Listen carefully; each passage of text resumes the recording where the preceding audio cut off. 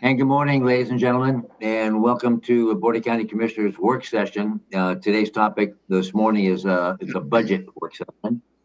This is September 2nd, 2020. If you would like to join in via conference call, the phone number is 360-252-9020, and the PIN number is 1234. And I'm John Hutchings, the chair of the board. Vice Chair Commissioner Menser will be joining us in a little bit. He's attending a WASAC meeting for a few minutes. And we have Commissioner Gary Edwards in the house, and County Manager Ramiro Chavez, and Assistant County Manager and Finance Director Robin Campbell. We have Denise Doty, and we have Patty Rosetto, and we have Olivia Houdman. So thank you all for joining us. Have I missed anybody, Ramiro? No, I think you covered it, Commissioner. Good, okay. So before we begin with today's presentation, Commissioner Edwards has several questions from yesterday that might help frame today as well, at least help him out. Okay. Are we ready? Yeah, and this is going till 11:45. Okay. Are we working a 2-year budget proposal now? I see a lot of the material, refers to 21 and 22. So is it 2-year or that's just for the information of what might come down the road? So the board has decided to adopt a 1-year budget next year. You will adopt a budget for 2021. But this is what I've been saying, even if you adopt an annual budget, you need to look at the long term. And we'll look at both years, and the offices and departments had already entered the information for both years by the time you made that decision. So we might as well take a look at what they've estimated for both years. Okay.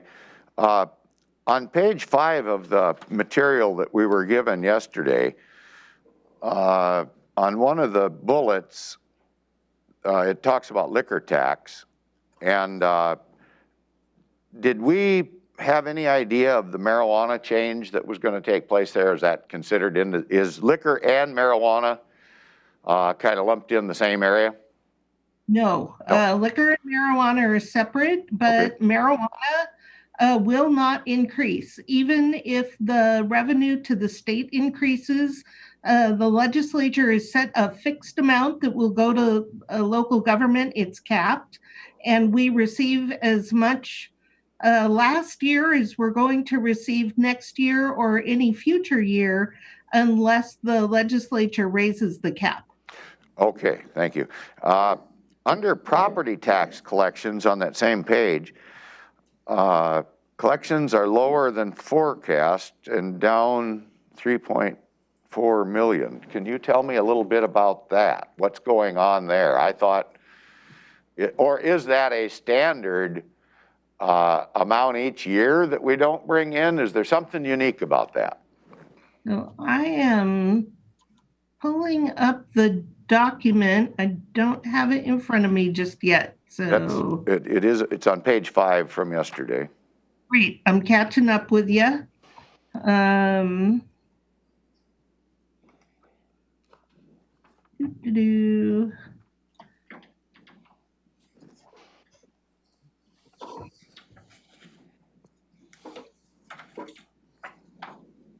And I might as well share the screen so that everybody can see what we're talking about. Thank you.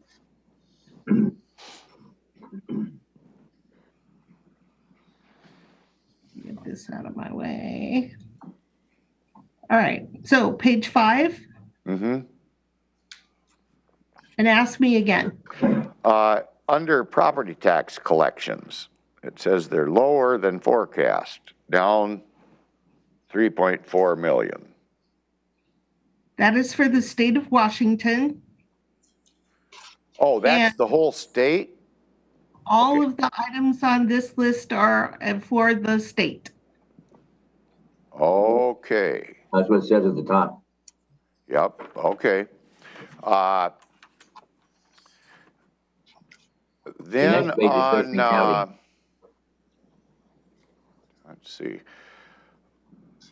And for Thurston County's outlook on 6, on page 6. right? We're down now to 9% unemployment. In June, do we have July and August numbers, or how did they compare? No, we don't have those yet. We are waiting on the Employment Security Department at the state of Washington. Will release those when they have them, and as soon as we get them, we'll share them with you. Okay. On page 7, under county new construction values, 99 to 2020, that last bar graph with the lines for 2020, is that where we're at year to date, or is that a projection? So that is the best estimate that the assessor has sent me of property that's been reviewed to date. I think that there's slight modifications that are still happening. What Linda Rebick has shared with us is that they're still going through appeals and revisions, but this ought to be very close to where it actually lands. Okay. On page 10, under sales tax, the big unknown here, sales tax is about 18% of the county general fund. What are the rest of the general fund, or the rest of those sales tax used? If only 18% of them are general fund, are the rest of them dedicated funds of one type or another? Is that what's going on there? So what's going on here is that of all of the revenue that comes into the general fund, 18% of that revenue is sales tax. It's not that 18% of the sales tax goes to the general fund.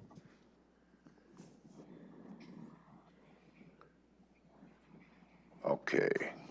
So I'm gonna fast forward to this slide, and you see about 67 million here in taxes.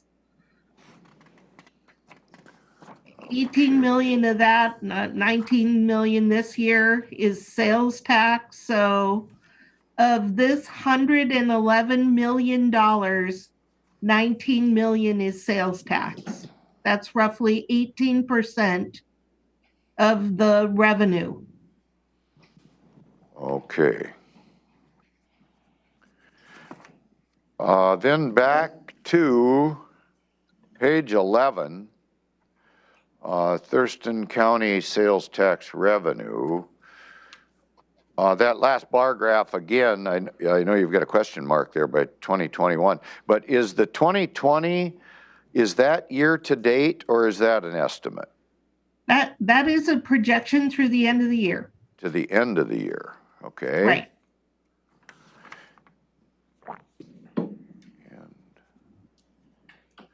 Okay.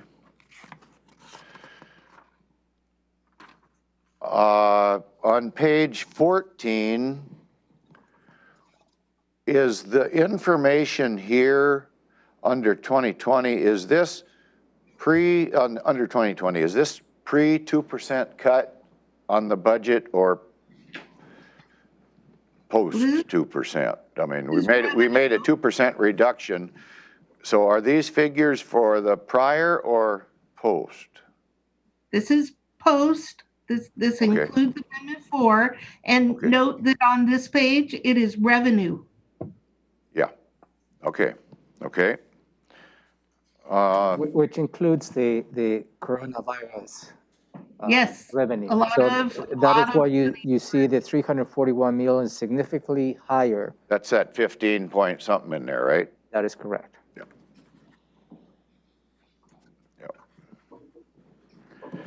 Yeah.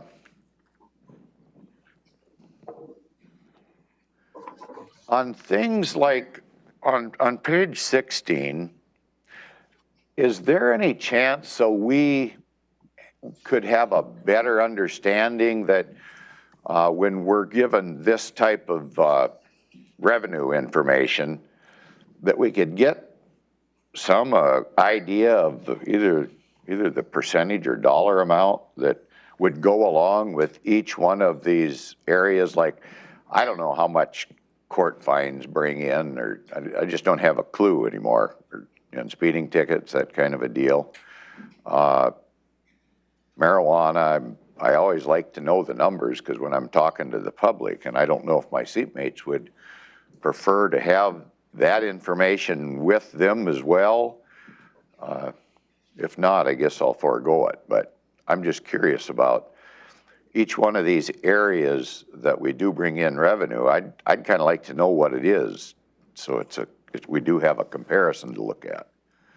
Well, we've received those numbers in the past, and Yeah. it is good information to have. I'm just not sure in what forum. Well, we have received it. We've received it in the past, but when we get new information, if it isn't on there, then we have to go find it somewhere, and that might be months ago that we got that information. I just think that as we move forward on preparing this budget, we should have all the information that's current available to us at the time it's given out. I'm just asking that as a issue to help us make more informed decisions is all.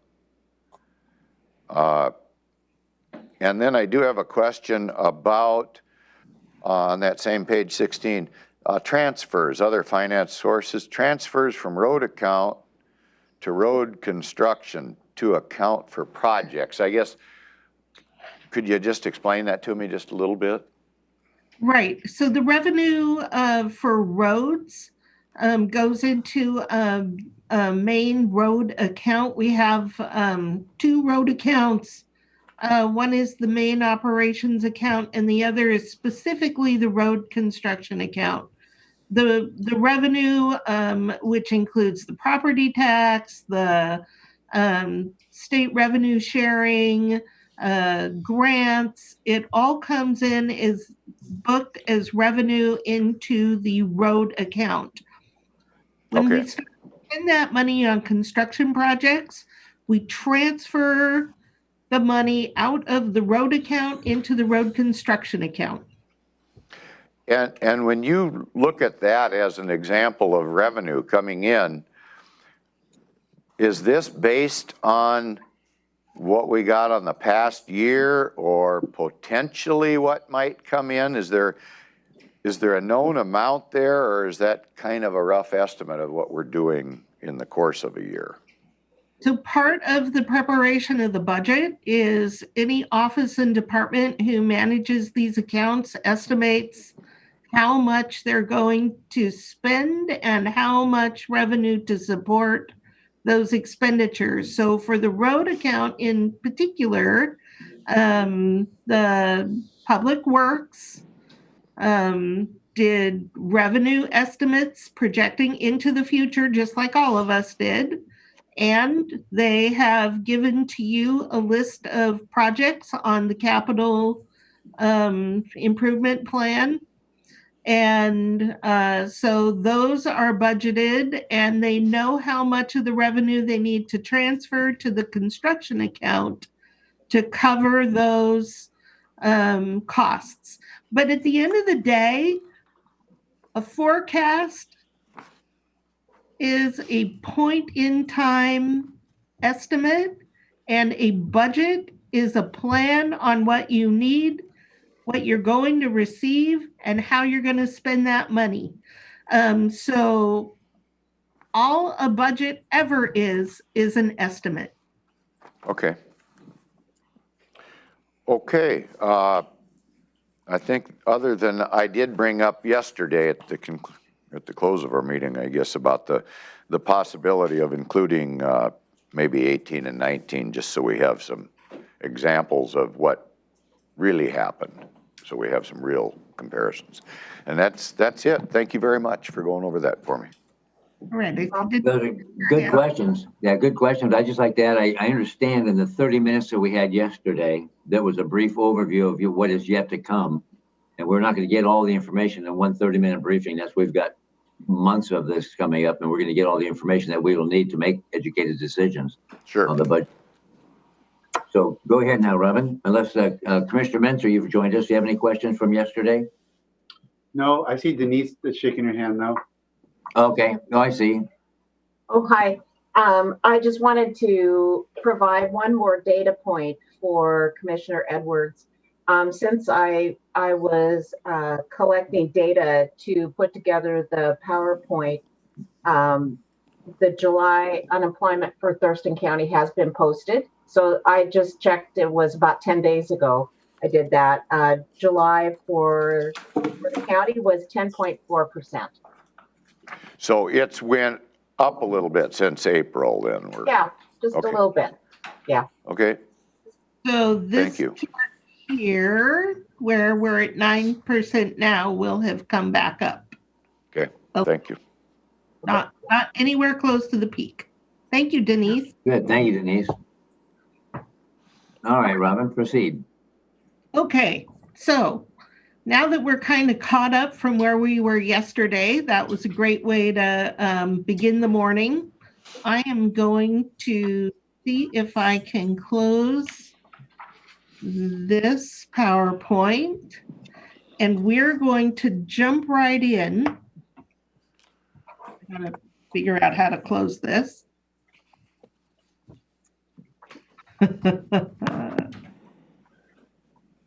There we go.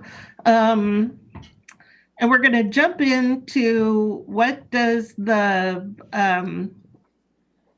budget look like for next year and how we think that's going to affect fund balance. So we've looked at the forecast a few times over the last few months, quite a few times, and we've talked about percentages and estimates. Then offices and departments prepared what they think is the most likely future for revenue and what they need in expenditures, put in budget change requests into Questica. And what we are reporting to you today is what is in the budget system.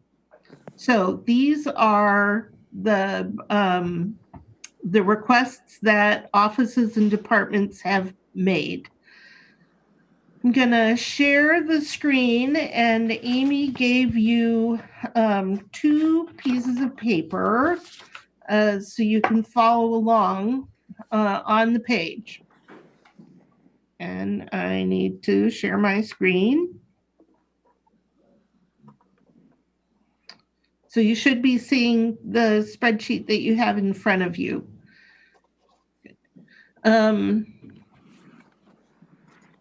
This worksheet, as the forecasts have since we've been talking since March, goes back to 2014 and looks ahead to 2022.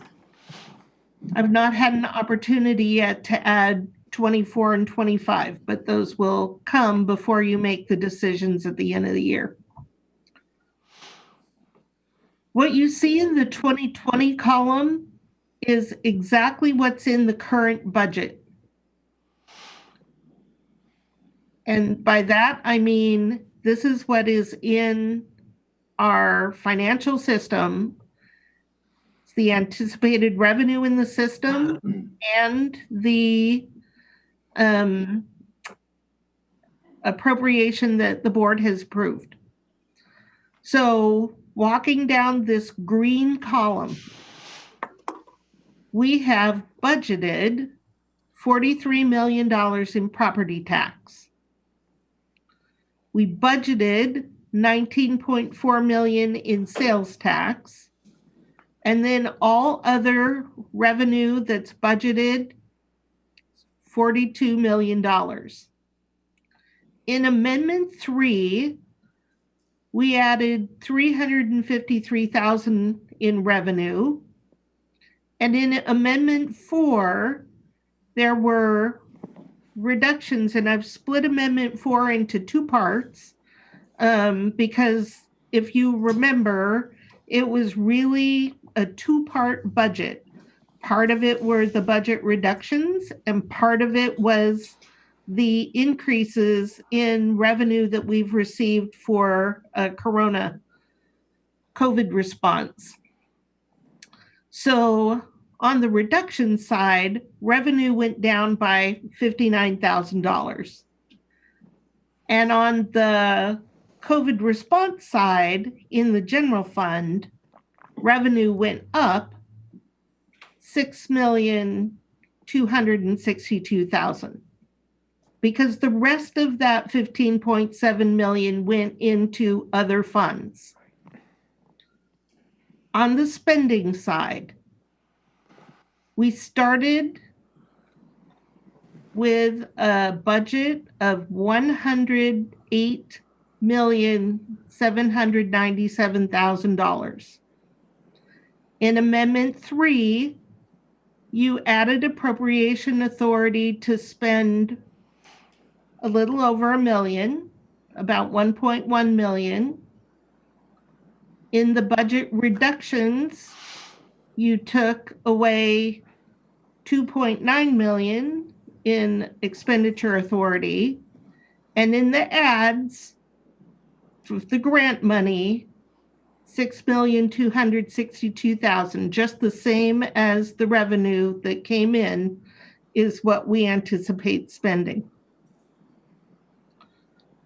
So at this time, there's total appropriation authority of 113,251,000. Now, if you look back at prior years and compare that to prior years, the 2014 through 2019 are actual amounts. We actually received $106 million in 2019, and we actually spent just under $100 million last year. So these are your comparables that you've requested. This is the budget. This is not the projection.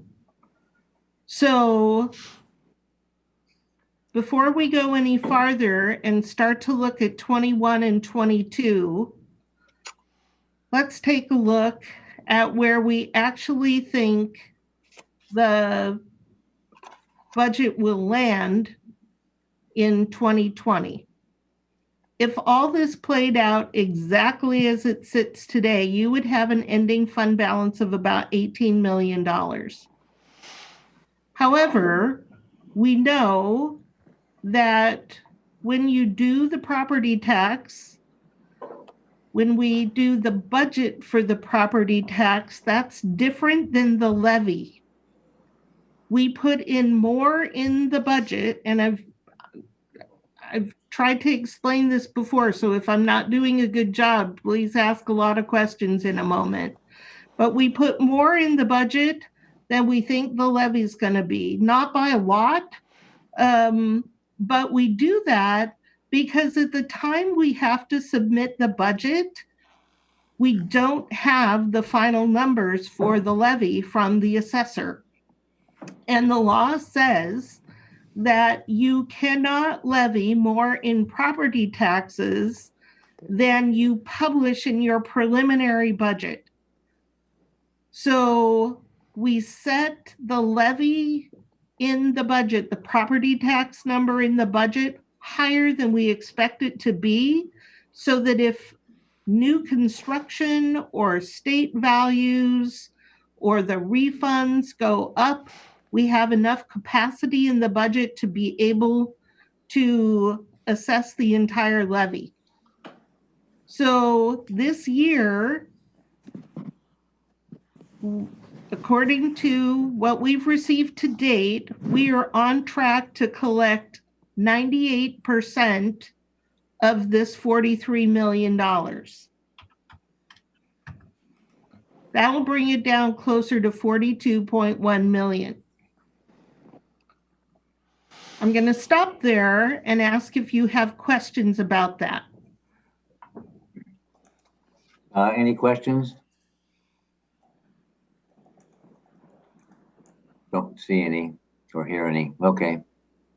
Okay. So that's one place that we're going to collect less than is in the budget. Then we have sales tax. And as we were saying, sales tax is the great unknown.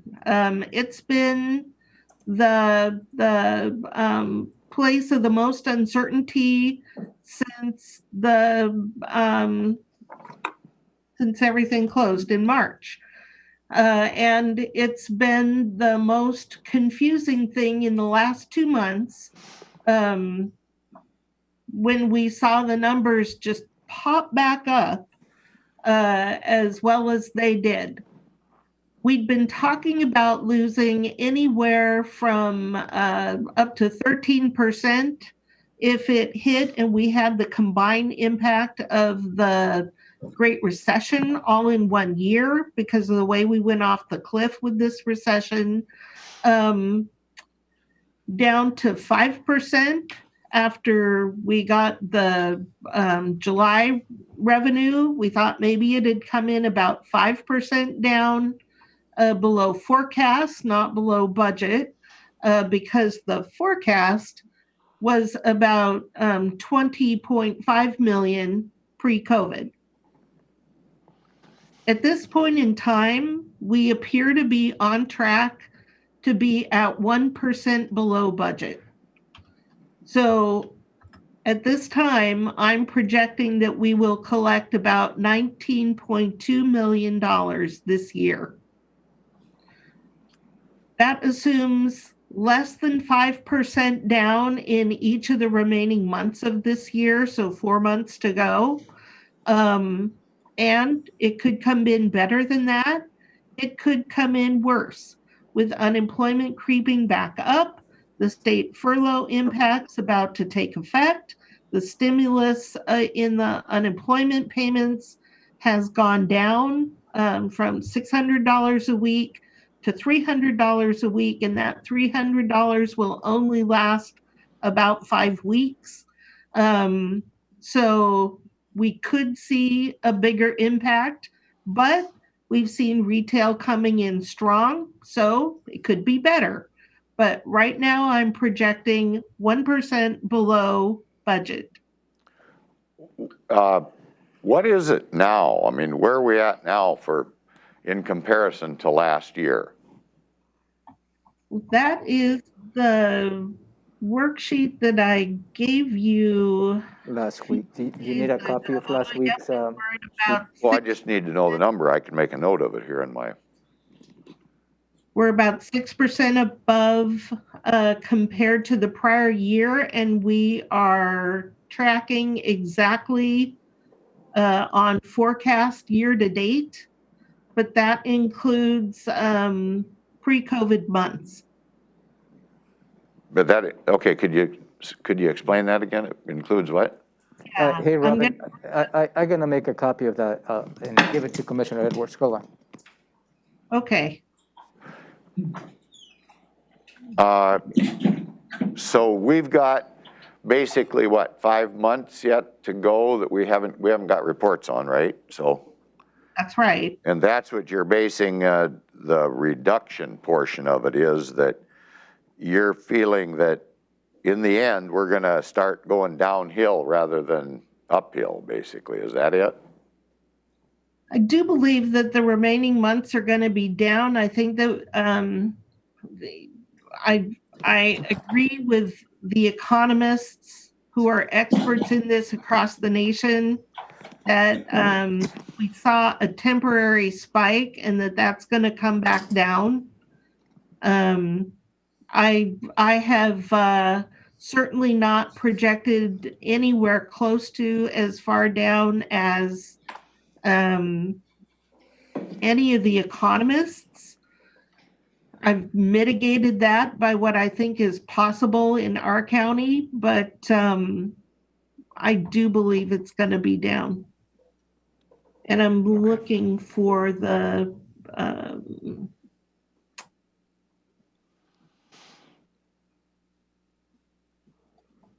sales tax.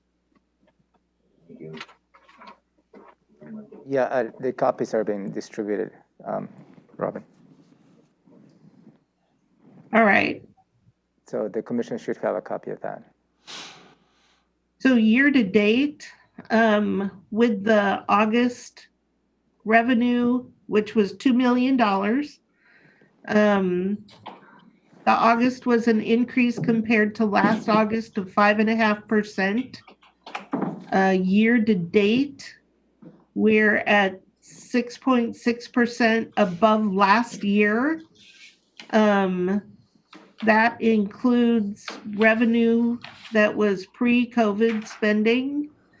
And if you compare it to the forecast, we're just right at the $20 million forecast year to date.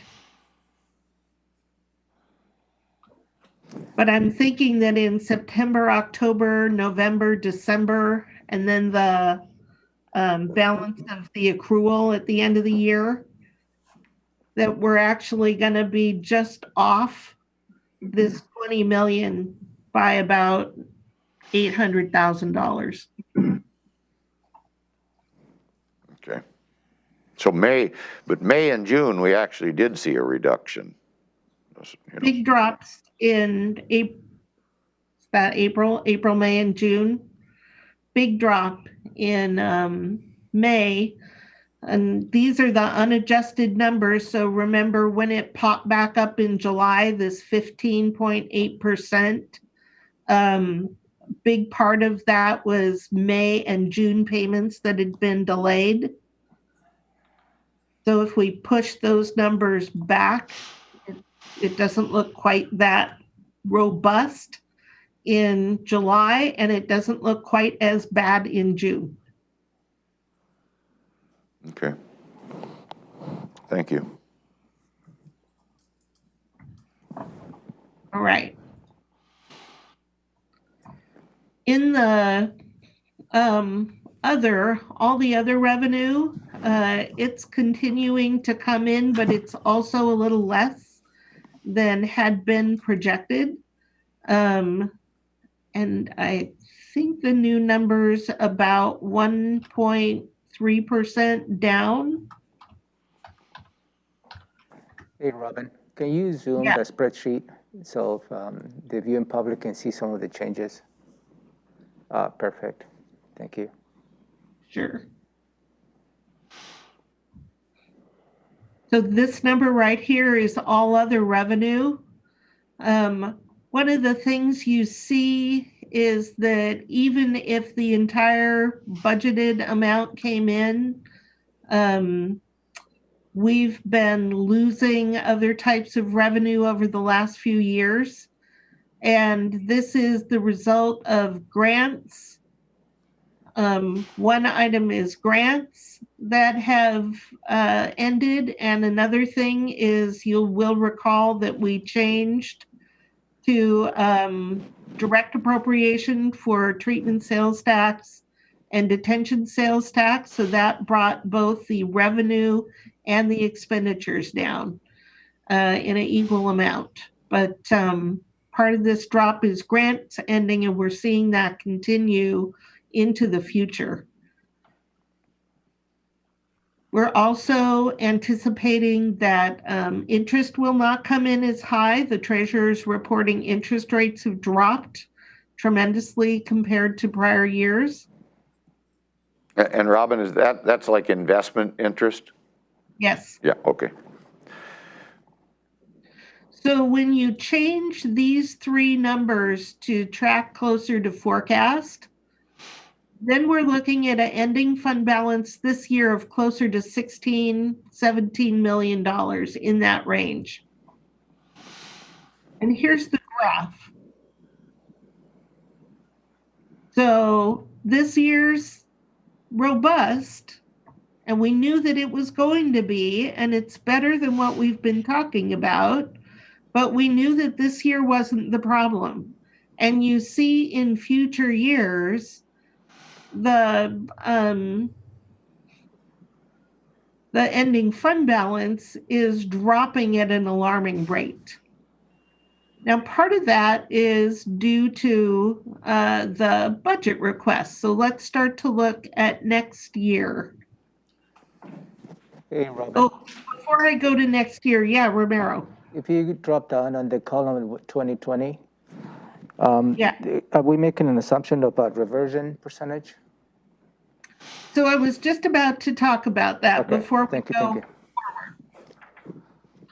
So there's not a presumption here about the reversion. We need to enter that. But what I would say is that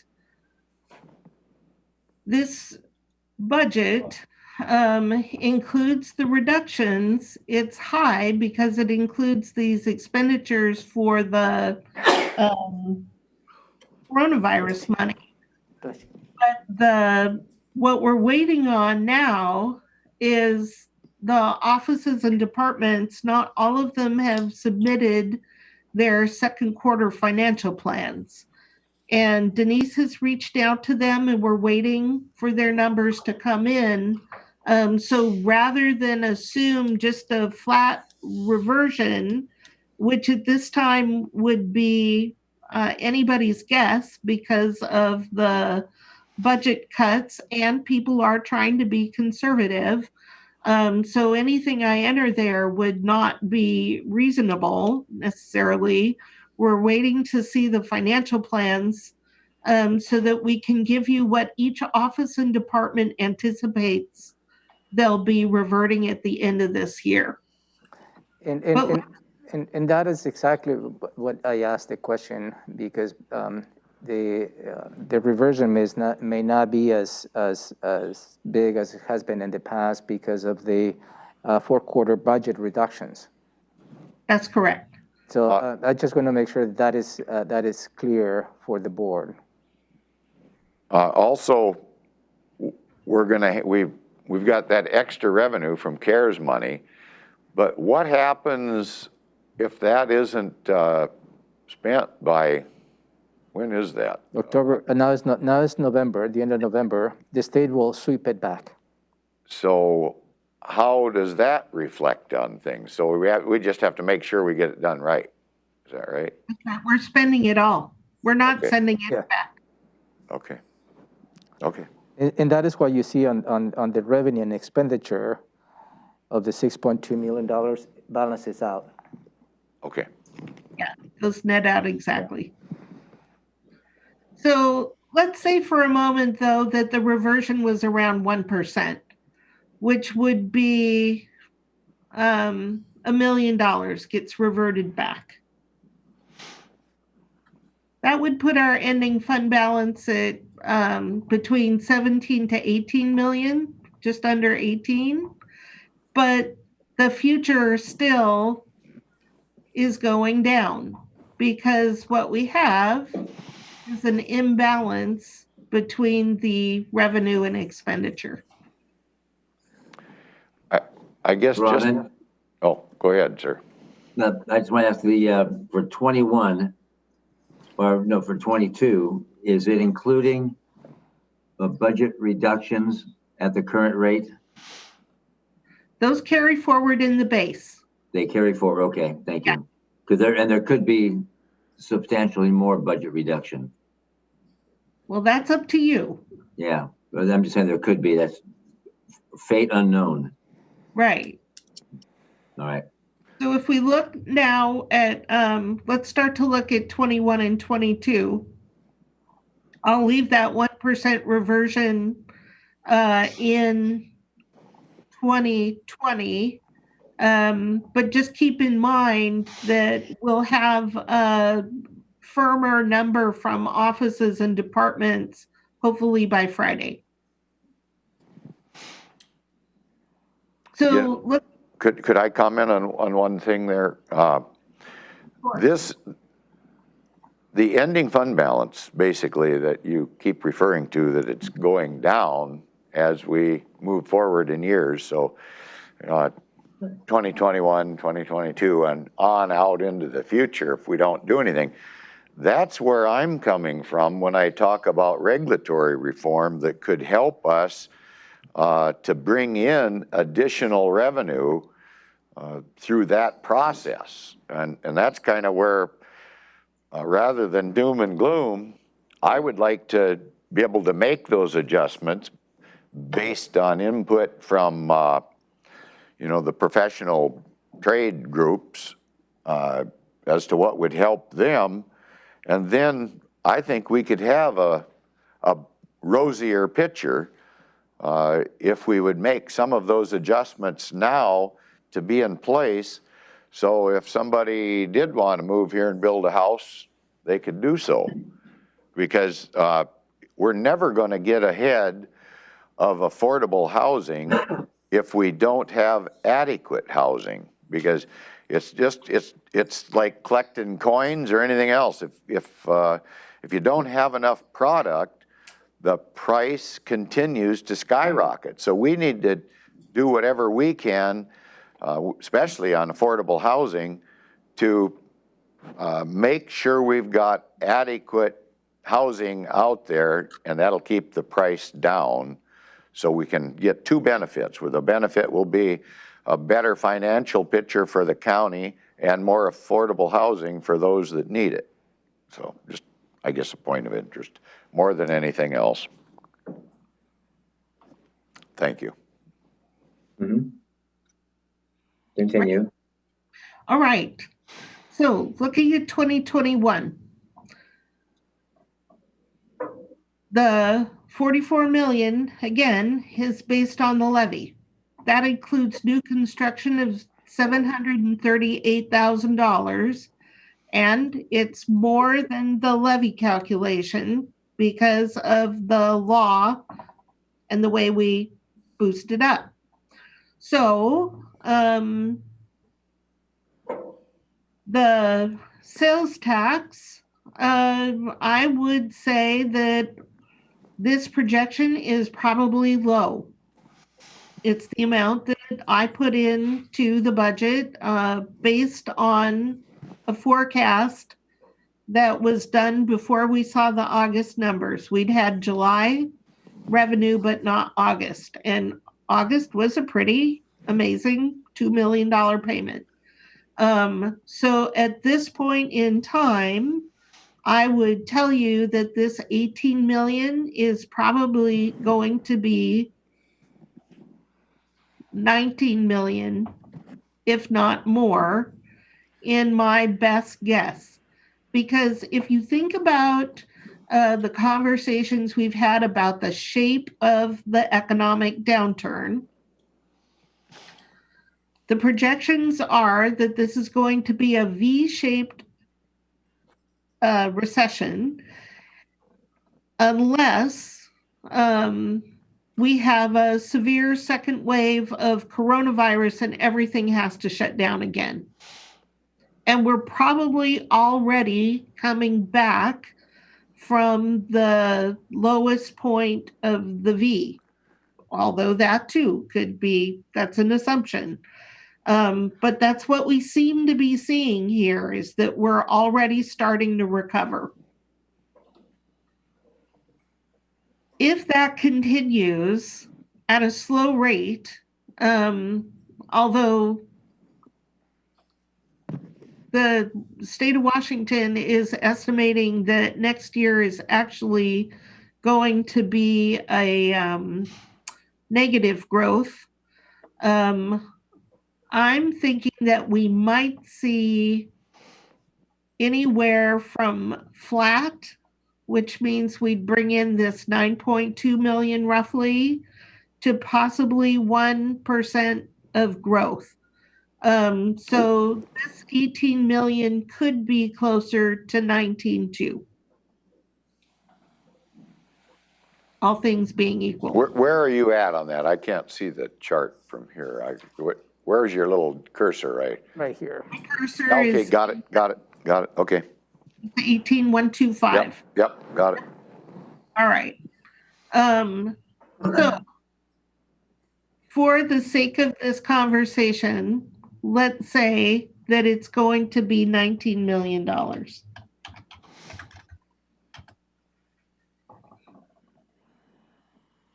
This is all the other types of revenue that offices and departments have projected, and I'm not going to fool with that because it's got hundreds of little pieces, and each office and department did their very best estimate of how much it's going to be. So I'm not going to change the other items. But with the property tax, it won't come in at 100%. It never, ever has. But let's say it's going to come in at 99%, which is a pretty good year. I'm just curious, Robin, you say it's never come in at 100%, and 99, it does look like if we go back, it's more in that category. Is there a reason under 2020, 2021, and 2022 that you do show 100%? That's because I wanted you to show you what was actually in the budget. We started what was really in the budget, and you're seeing the changes I make as I make them, so you know what I'm doing. Okay. Okay. So with the less anticipated actual receipt of property tax and more sales tax than is in the system, there's a projection of about, and then we have policy level changes. And we'll review all of those this afternoon or Friday. There's anticipated revenue in 2021 of about $101 million. On the spending side, we start with the base of this year's appropriation, $113,251,000. There are maintenance level adjustments in appropriations. Mainly, this is the reduction in the coronavirus grant funding. So a lot of that is that unanticipated revenue from Amendment 4. And then we have other adjustments in maintenance level that reduce spending. And then we have policy increase requests of $5.9 million. And we'll go through exactly what those requests are. But for the moment, just know that that is what your offices and departments have requested in additional general fund spending next year. And this is where it's this policy requested spending is where you have the most leverage, because this is what you cannot afford. If we look at the graph, it's this, here we go.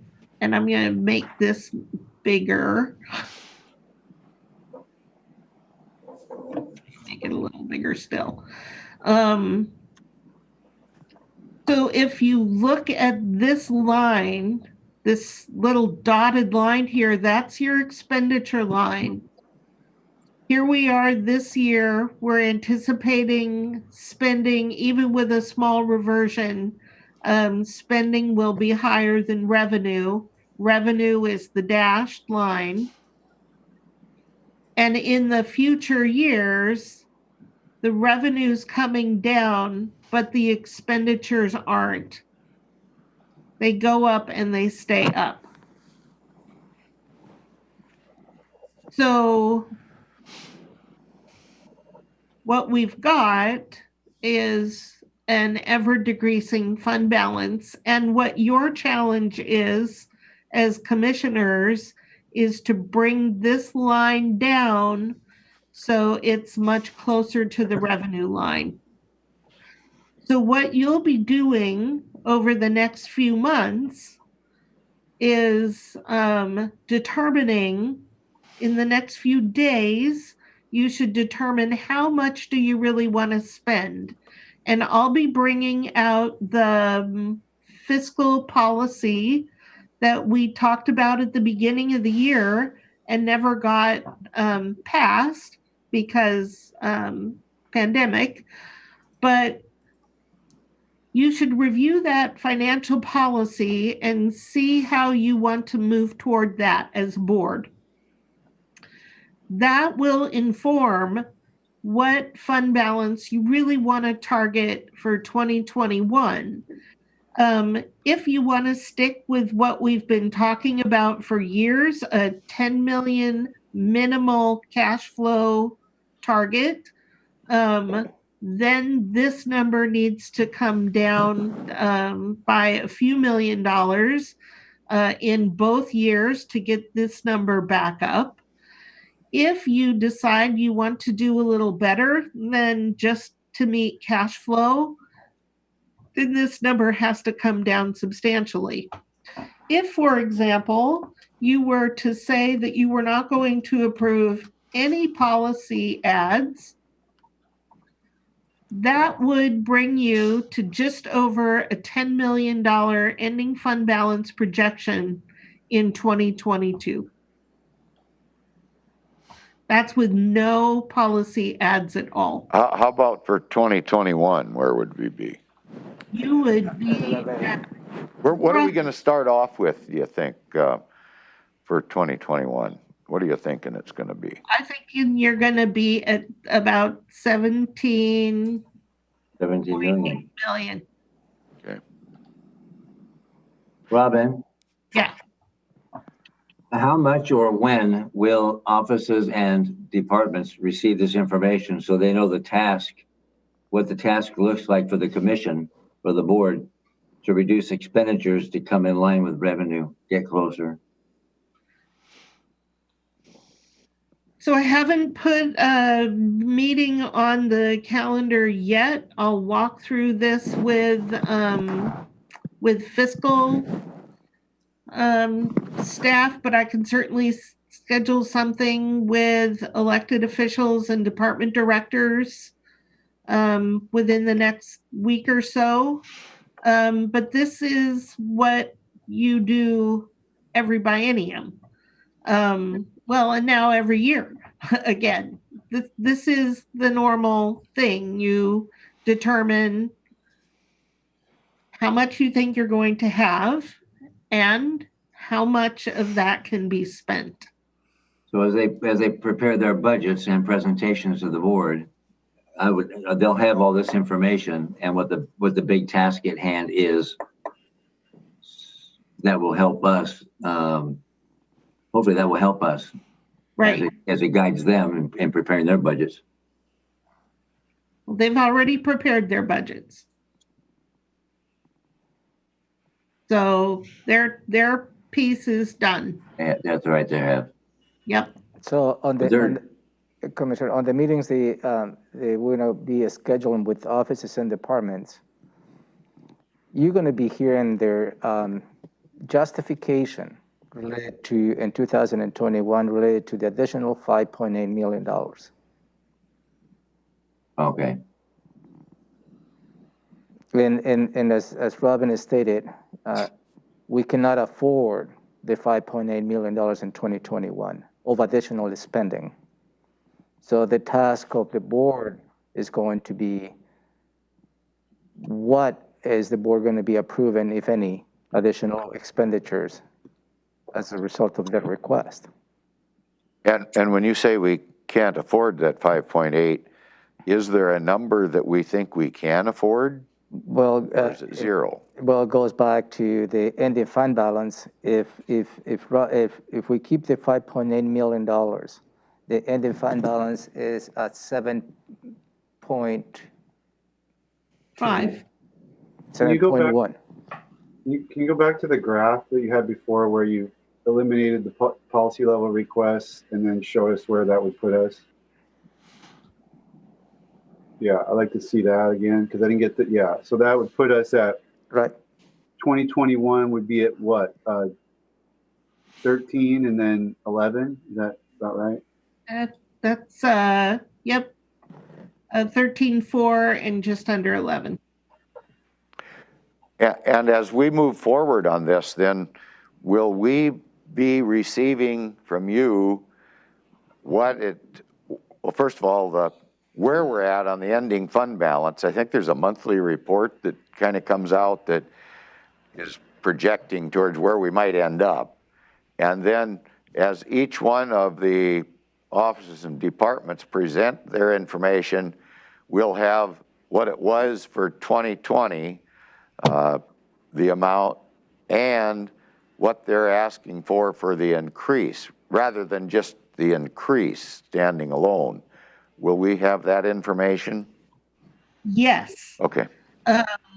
So the other thing before we leave the forecast, I'm going to put the policy ads back in. The other thing we haven't talked about yet that is not included in the budget in the system at this point is a COLA.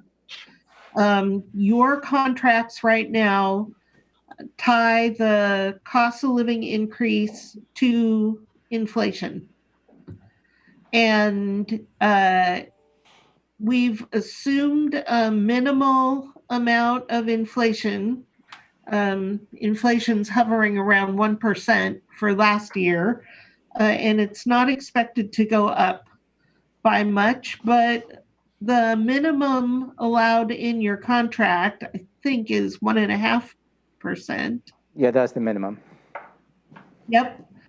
So, and if we estimate what 1.5% COLA would cost in 2021, that's about $692,000. So I'm going to add the COLA that carries forward into the future year at slightly higher than medical inflation. So that is an additional pressure. And that this does not represent an additional COLA in 2022. That's just the cost carrying forward into the future of a COLA in 2021. So unless you intend to go back to the negotiating table, this is a cost that we need to factor in. So once we do that, if you approved all of this and it played out exactly like it's going into the budget, this is what your ending fund balance would look like next year and the year after. And that's why I'm saying you can't afford these things. So unless you have any questions about the forecast, I would suggest a short break at this time. And when we come back, we'll look at the requests by office and department. We'll start to look at that. Right. How much time do you want? 10? Let's take 15. 15? All right, 15 minutes will be, yeah, in recess for 15 minutes. Let's say 10:15, we're back. 10:15, thank you.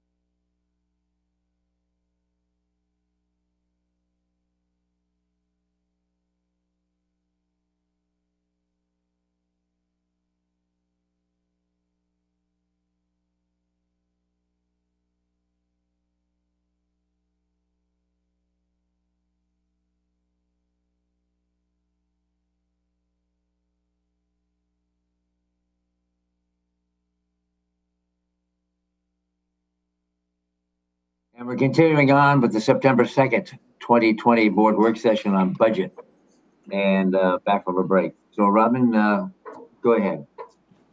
All right. I do want to share with you something that I know you're expecting to see. And again, we should have it by Friday. But where is that? I don't know why I always have trouble finding the share screen option. So this is a general fund financial status report. What we have ready is the forecast side for the revenue. And what we're waiting on is the expenditure side to see where offices and departments project they're going to have for reversion. But as you see here, here's the property tax coming in at 98%. We don't have this, do we? But we don't have that page. You don't have this yet because the report is not complete. Okay. So I just wanted to show you I'm working on it, and we should have it by Friday. If we don't have the second quarter financial plans from offices and departments by the end of the day tomorrow, we'll use the first quarter plans that we have. But this is in the works. I know you're waiting for it. I just wanted to show you that we're working on it. Thank you. Okay. So here we go. Now looking at, make this a little bigger. Here's the page that you just received. This has 2020 budget, all general fund by office and department. So here's 2020. And I believe this is something that Commissioner Edwards was asking for. You want to see how much each of them has now and how much they would have at the end of 2021. And in this, we only have the single year. We don't have both years. We've broken it down by maintenance level and policy level because maintenance level is those things that you must address, and policy level is where you have discretion. Although you could not fund maintenance level, the practice of the county has been to fund the maintenance level and adjust at policy level. The way to read this is, let's just start off with the assessor's office. Oh, and by the way, the numbers in column A, this column at the far left, I wonder if I can make this just a little bigger. This is the department number. Every office and department in our accounting and budget systems is assigned what we call a department number. So the assessor's office is Department 01. There's really no rhyme or reason to how these numbers were assigned, but we use them to be able to identify things in our systems. So the assessor's office has a budget in 2020 after the budget reductions of $4,375,596. His budget is 3.9% of the total budget, the total general fund budget for the county. His budget increases in maintenance level to $4,536,000 and becomes 4.3% of the total budget, and I'll explain that increase in percent of the budget in just a moment. In this budget, we're working on phase 2 of direct appropriation. And remember, direct appropriation is where instead of doing transfers between funds, you give appropriation authority to the fund that's going to spend the money.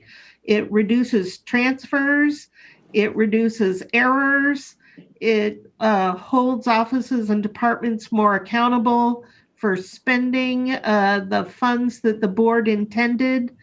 And it reduces an inflation in the total budget numbers because a transfer is counted as a expenditure in the fund that spends it and a revenue in the fund that receives it, even though it doesn't necessarily go out the door. So it's double counted in the budget. We're trying to address all those by doing direct appropriations, and this is the next step in reducing those transfers in your budget. So this year in direct appropriation, we're moving money out of non-departmental and into the offices and departments that spend it. So $606,000 goes to CPED. That's money for code compliance and for activity at the permit counter that cannot be charged to permit fees. Money is moved into public health. This is to cover expenses that are usually match, and the same in social services. These two amounts are, I don't believe the total amount that goes to public health, but Denise is going to help me, maybe. Right.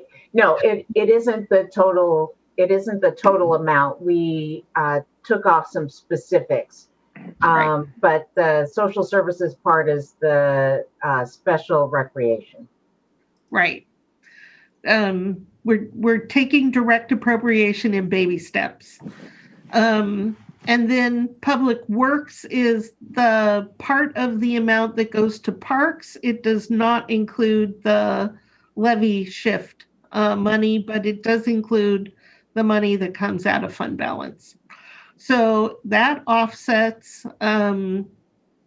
the amount of money that you had been spending out of non-departmental for these purposes. So non-departmental starts to come down.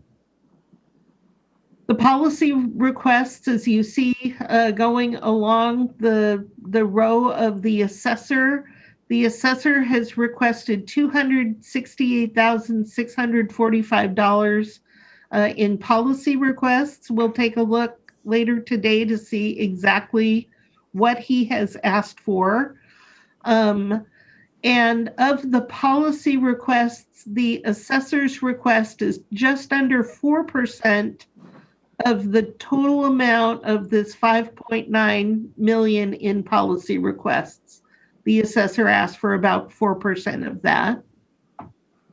That's just a mathematical function. That's how it worked out. If the board were to approve all of these changes for the assessor, his total budget for 2021 would be $4,805,399, or 4.3% of the total general fund budget. And that would have been an increase of 9.8% over 2020. So that's how you would read this for every office and department on the list. Now, I want to address the change in percent of budget from 2020 to 2021, because that's pretty significant. And what's driving that change is the amount of money in non-departmental. That's where we put the COVID-19 money, the Coronavirus Relief Fund, or CARES Act. We added that to non-departmental. We're going to slowly move that as we know what offices and departments actually spend. But at this point in time, non-departmental in 2020 is 9.7% of the budget, and that is unusual. You see it drop down to a much more normal percentage in the 2021 budget of 4.5%. When this percent goes down, all the others go up. So the percent of budget, again, if you think of it as a pie, there's only so much pie. And when one piece gets bigger, the others get smaller. When one piece gets smaller, the others get bigger somewhere. And so that's the way to think about these percentages. But this is an unusual year in so many ways. This is just another example of why 2020 is somewhat weird. And what is that, because of the virus or because of point of delivery, or what's the what do you think it is that this year is so unusual? Why is this year so strange? I would attribute the whole thing to the pandemic. That was the trigger for the economic downturn that's driving this, a dichotomy of save, spend. It's just a very, we're all limiting where we're going. I'm presenting this to you on Zoom. So many things about this year are very strange, and that non-departmental is almost 10% of the general fund budget is just strange. If you look at law and justice, the question came up yesterday, what percent of the total budget is law and justice? And you don't have this on your page, but I did the calculation of the 2020 budget of the 113 million. 79.5 million of that is law and justice. That is 70.2%. I'm going to pull it up a little higher of the total budget. And again, that's this year. This year's an anomaly because there is so much money sitting in non-departmental. But if you look at future years when that coronavirus relief fund money is not there and it comes back to a more normal spending level, law and justice is about 75% of the general fund budget at the 2021 maintenance level. And the 2021 department request level at 75%. This 77% here, law and justice offices and departments have requested 77% of the policy level requests. Where is that? I don't see that on my sheet. Yeah. Or is it on there? Is I it did on this. here? Nope, I did this after I printed out the sheet. Oh, okay, It was just for me. I was looking too. just leave it there and let me go look. I can look on there. Okay, I just couldn't see your cursor. Could you put that there again, the 77%? Yeah. Underneath, eight. Request. So, I wouldn't pay much attention to this one. Oh, okay. But what you want to be tracking is that law and justice is about 75%. That's about where it's been hovering. And that has not changed pretty much for the last For few years. quite a few years, right? It's just about the same Pretty percentage. Yeah. Okay. Yeah, that's why I brought that up, because when 80 was mentioned, like that would be a significant change. It's been 74 to 75 just absolutely consistently for a number of years. Right. It still is. And that is just about consistent across the state and other counties as well. They hover about that percentage. Right. That's pretty average. Just so people know, law and justice includes the clerk, the coroner, district court, juvenile court, pretrial services, the prosecuting attorney, public defense, the sheriff law enforcement, sheriff corrections, and superior court. So it's a pretty significant part of what we fund.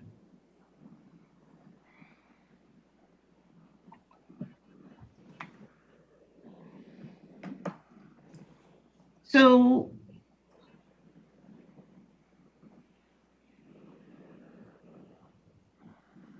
I really don't have anything specific I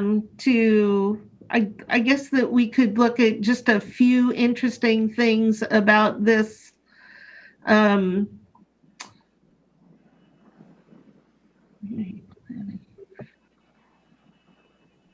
Community planning in this budget did not ask for any increase at all. And CPED actually has a budget reduction. We'll see the details. I'm looking at Denise and gonna ask if that's FTEs. So for CPED, that is a reduction in one compliance FTE to keep within their direct appropriation allocation. Right. They didn't receive any CRF money, did they? A small amount went to CPED. It has to be a qualifying expense.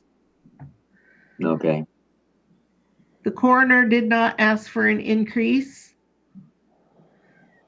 No increase in human resources and no increase policy level for juvenile court.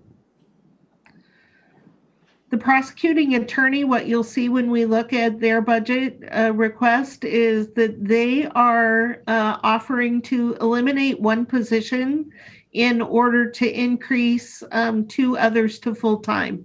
And the cost estimate nets to zero. There's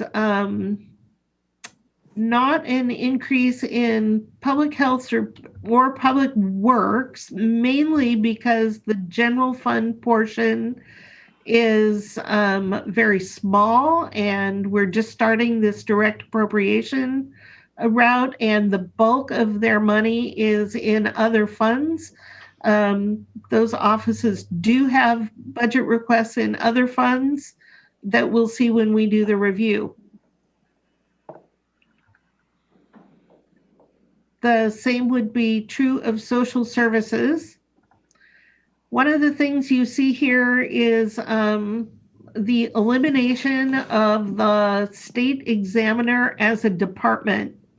And you will remember that the state examiner, that is for the state auditor when they come in and do our annual audit. It's been sitting out in its own appropriation. That has created a challenge. When you do budget cuts, it's not something that we could cut. If their bill comes in higher, we have to scramble to cover it. And what we are proposing to you is to eliminate that as a separate department and instead just pay the auditor out of non-departmental. Our county auditor agrees with that approach. And so part of this $707,000 is just moving the budget for the state examiner into non-departmental. The Superior Court budget, I believe, includes money to pay for the new lease of the offsite court space. And it also, I think, includes a new judge, but we'll see the details when we look at those. So that's just kind of a quick walkthrough of some of the policy level requests.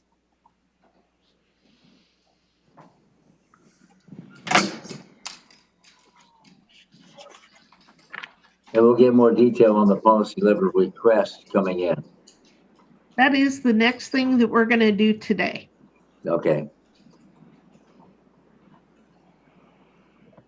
And are these still overviews, or we're not deciding yet today?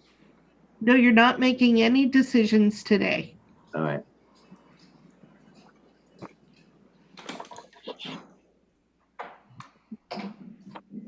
If you don't have any questions about this, I'm going to stop sharing my screen And we're going to see if Amy has the handouts because we're about an hour ahead of schedule. So we can do one of two things, commissioners. We can either break until this afternoon and you can have the gift of time now, or we can see if the documents, I'm sure Amy's got them ready, and we can start going through those now.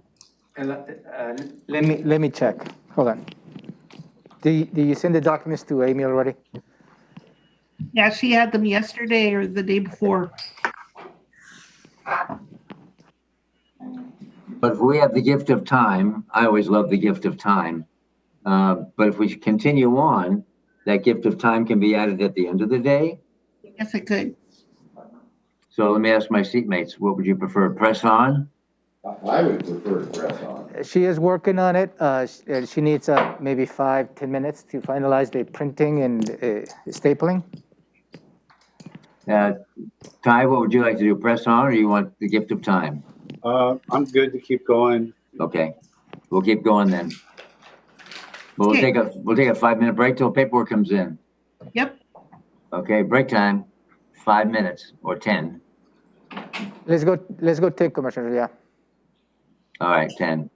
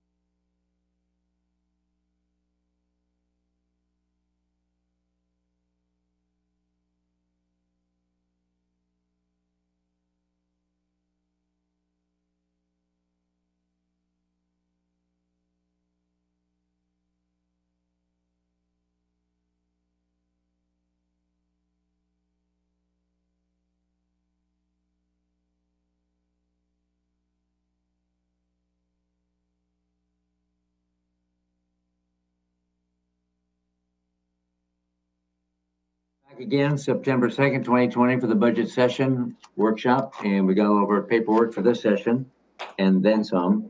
And Robin, you are on stage. All right. So we're going to go line by line and look at all of the things that offices and departments have asked for. I'm not asking for any kind of a response from the board today. This is just to start to get you familiar with their requests. As Romero said, offices and departments will come and meet with you. Each one will meet with you in October, and they will talk about their requests and the overall budget for their offices and departments. Today, we're just going to walk through everything they've asked for. Again, to orient you to this report, the line is just a reference so we can all hopefully stay on the same page. The change request, that's a number that we use for tracking purposes. You might hear people refer to a change request. I got to do that. I need to share my screen too, because this isn't making sense to people trying to follow along. Okay, all right. So line number here, change request in the next column. Here you see what fund is being impacted. The department, of course, will be all the same on each page we look at. Is there a revenue change? Is there a change? For both 21 and 22. And again, you only very recently decided to go to a single year budget. This is how our reports print out now. We think we have a way to only show you a single year when we get to October or November, but for now you're seeing both years, and that is actually kind of handy because you'll see that these are ongoing expenses. And then here's the actual request from the assessor. So on line 1, the assessor has requested two bodies, but 1.5 FTEs, a property control analyst and an office assistant senior. I'll tell you right now that I have not had much time at all to be looking at these budget requests, so I may be turning often to budget team who has had a little more time with them, not a whole lot more time than me, but a little, to fill in the blanks. So the assessor is requesting these positions in response to a Senate bill that passed in 2019 that increases his workload for making exemptions to taxes for senior citizens, disabled persons, and VA disabled persons. So those programs are changing, and that is going to create a workload in his office. And he goes into some detail so you can get information on that. And we could always get additional information at your request. Moving to line 2, the first one so long, it's hard to get to line 2. It's kind of showing at the bottom of my screen down here. The assessor has also requested funding for the oblique imagery project. That is something he has asked for in the past. The next request from the not the commissioner, but the assessor is funding for REIT technology positions. at least two of you and possibly all three of you have heard the commissioner, not the commissioners, the assessor's argument for additional funding from the general fund for a position that he has that is paid out of real estate excise tax. And one of the things we'll be looking at is if that fund has sufficient revenue to cover the cost of the position. If it does, then you may want to continue paying it out of that fund. If not, then you may want to consider paying for part of the position out of the general fund. And line 4, you just see the flip side of that, the fund shift. It's into the general fund, out of the excise tax fund. So really the assessor has 3 main requests: 1.5 FTEs, the oblique imagery project, and funding part of one of his positions out of the general fund instead of a dedicated fund. Any questions about the assessor? Yes, Robin, you mentioned that dedicated fund. Isn't that the one that's, I don't know, drying up? I don't know. It seems like I remember something from the past. It did, yep. The intent of the board at the time was for that fund to continue to pay for this position until the fund is exhausted. And then you would have a conversation with the assessor about whether or not to continue the position out of the general fund. The assessor has advocated for paying part of the position out of the general fund now to make the real estate excise tax technology fund last longer. So those are 2 different points of view. And to date, the board has directed to just pay the position out of the restricted fund. But it does have a declining fund balance.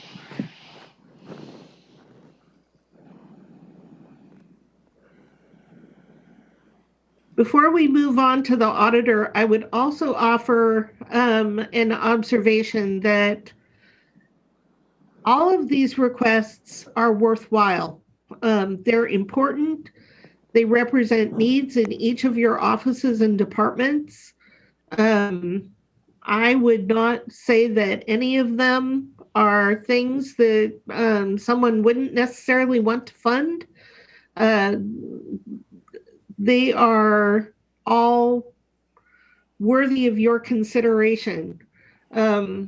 And I'm sure if we had a ton of money that we could see our way to funding them all, but that is not the case. You've got some hard decisions ahead of you. Robin, can I just clarify one thing? In presenting the overview of kind of what we've projected to have available and what the requests are stacking up to be against that, can you clarify where you're assuming that the board will continue to shift money out of the road fund, levy shift to the general fund? Because we've been talking solely about the general fund. Right. So thank you for asking that question. Yes, the budget does assume that the road fund continues to contribute, if you will, to the general fund at the same amount that it is this year. There is assumed a $1.5 million diversion and a $3 million levy shift.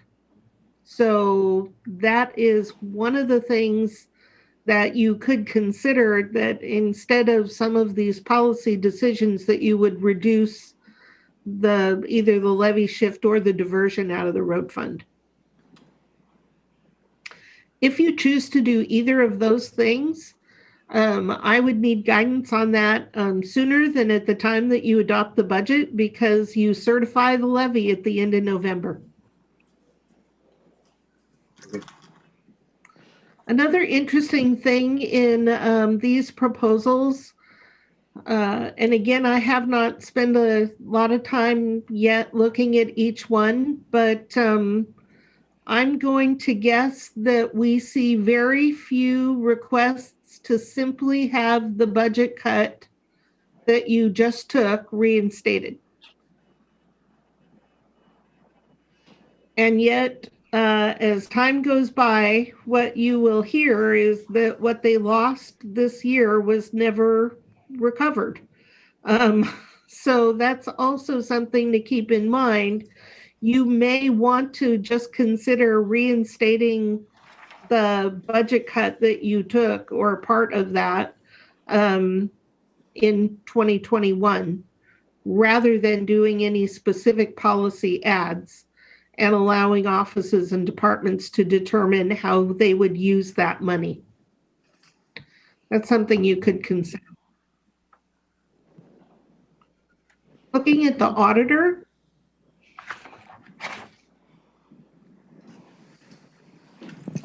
on line 1, the auditor has asked for return envelope postage, and you'll see that that is coming with revenue from the state.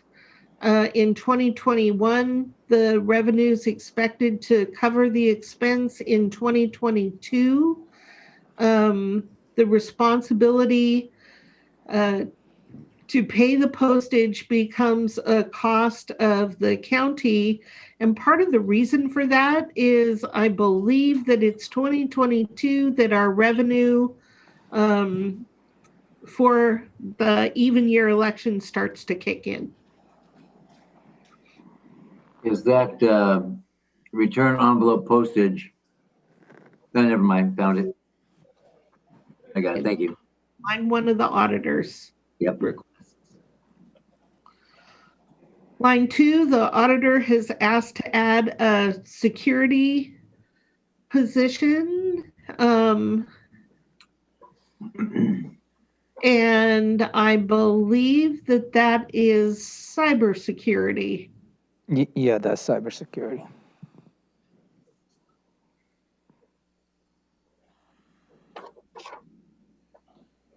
And that cost is split between the general fund and the maintenance and operations fund.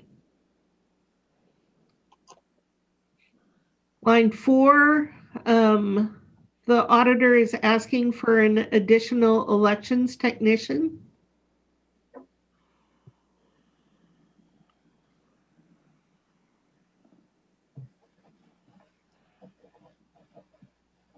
And on line 5, the auditor is making some revenue adjustments. And remember, you saw some of the revenue decrease.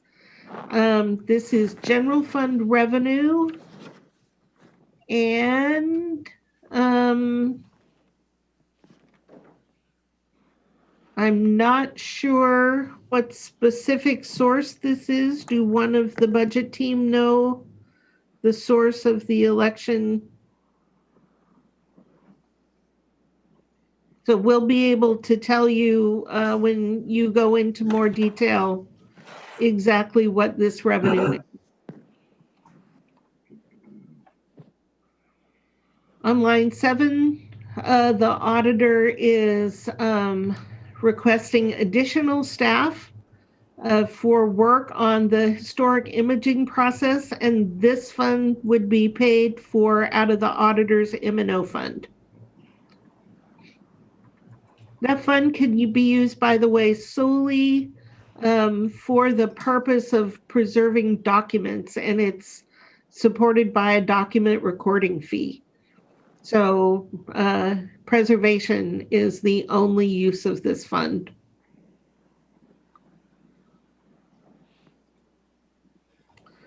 On line 8, the auditor is requesting actuary costs for GASB. And that is a requirement that we have an actuarial study every 2 years. So that is the cost of doing business. And then finally on line 9, out of the auditor's election reserve, there is a placeholder for a potential criminal justice sales tax ballot measure. And this is recognizing part of the revenue that the auditor will book in the election reserve if the county should place this on the ballot. And you'll see the cost for this come up in non-departmental. And this was part of the where's my head this morning? This was part of the board's priority conversation that we had a few weeks ago. Question about the request from the auditor. Hey, Robin? Yeah. I can tell you what the sources of revenue are for the auditor's office, if that helps. On the revenue adjustments. Yes, thank you. Yes, so there's reductions in passport and naturalization fees, passport photos, motor vehicle licenses, and reductions, presidential primary. So I think just getting things tidied up there on the presidential primaries. And there's some other, I don't know all the details on the state share of the election services, but that gives you an idea. Thank you. Yep.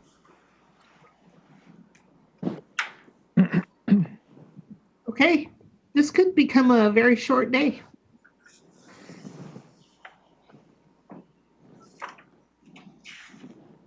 Moving on to commissioners.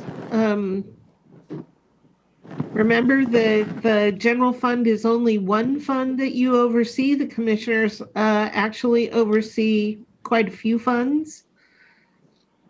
So the line 1 is for trial court improvement fund. The board has increased to add projects for the Superior Court. It is their request to use part of the trial court improvement fund for projects at the FJC. They would like to see an additional courtroom at the FJC. And they're proposing to at least partially fund it out of trial court improvement fund. Line 2 is from the general fund. This is the proposal Robin, to add. Robin, could I ask you something about that? Is there any ability to use CARES money there because of the separation? We have to keep the courts all divided and the juries and all the social distancing and stuff. Is there a possibility we could use that CARES money for that? So we've not heard from juvenile court about an issue with social distancing.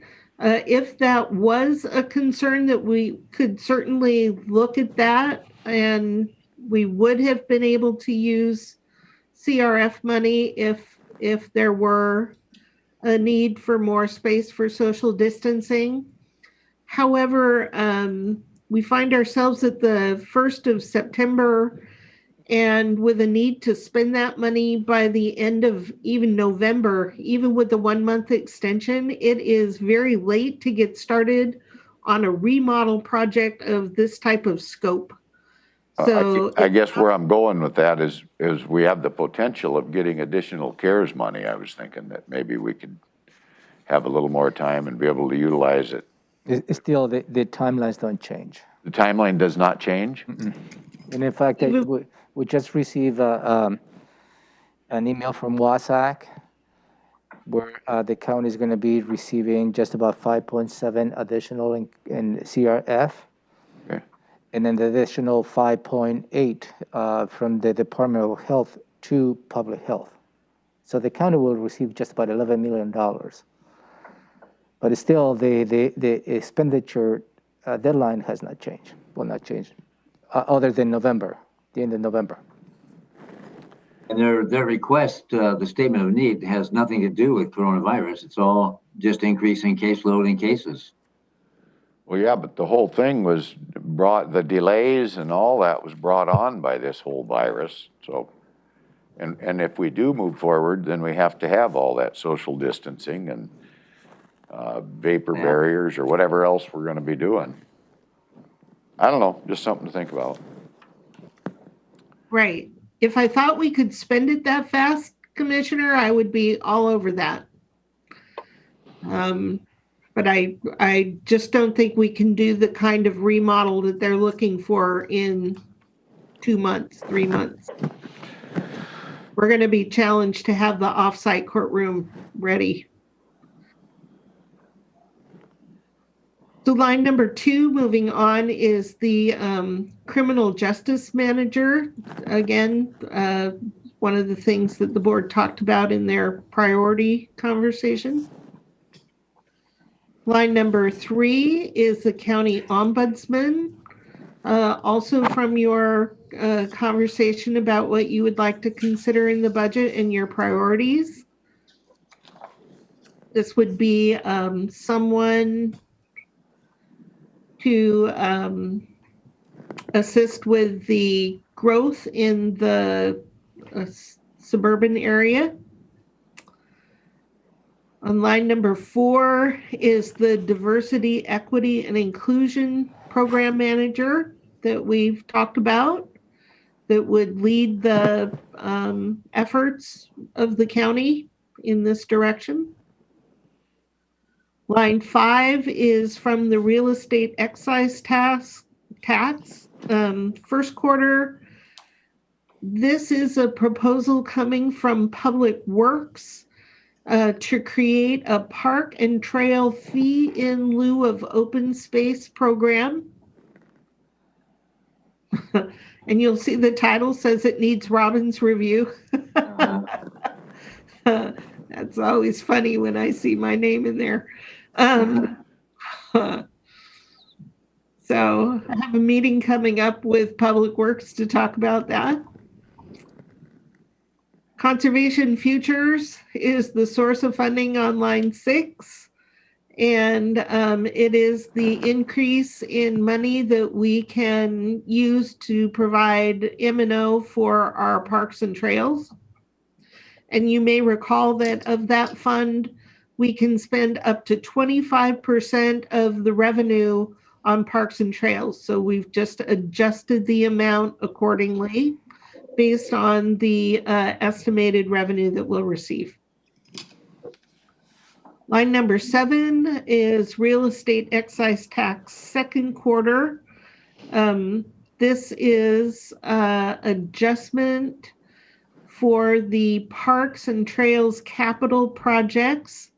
They are looking at an open space acquisition program that Public Works will be talking to you more about.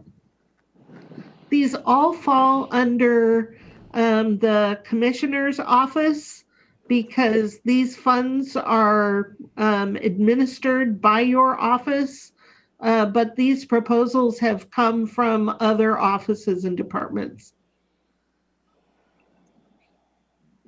As does line 8, it's from Public Works, again for Parks and Trails out of REIT. Line 9, more parks. This is for Burfoot Park. Line 10 is a request for Fry Cove Park. Line 11, Deschutes Falls Park. Line 12, the Yelm Tenino Trail. It's the restroom construction in Rainier.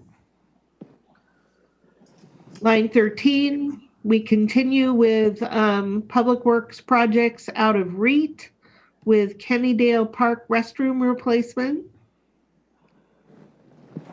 Line 14, Burfoot Park restroom replacement. 15 is the work on the Chehalis Western Trail. Line 16 is another project at Deschutes Falls Park, putting in a walkway and a viewpoint. 17, is for water and utilities project to be paid out of REIT for Tamashan Water Treatment Unit. 18 is for the Boston Harbor Wastewater Treatment Plant, also from REIT. 19 is for the continuation of the Fish Passage Enhancement Program.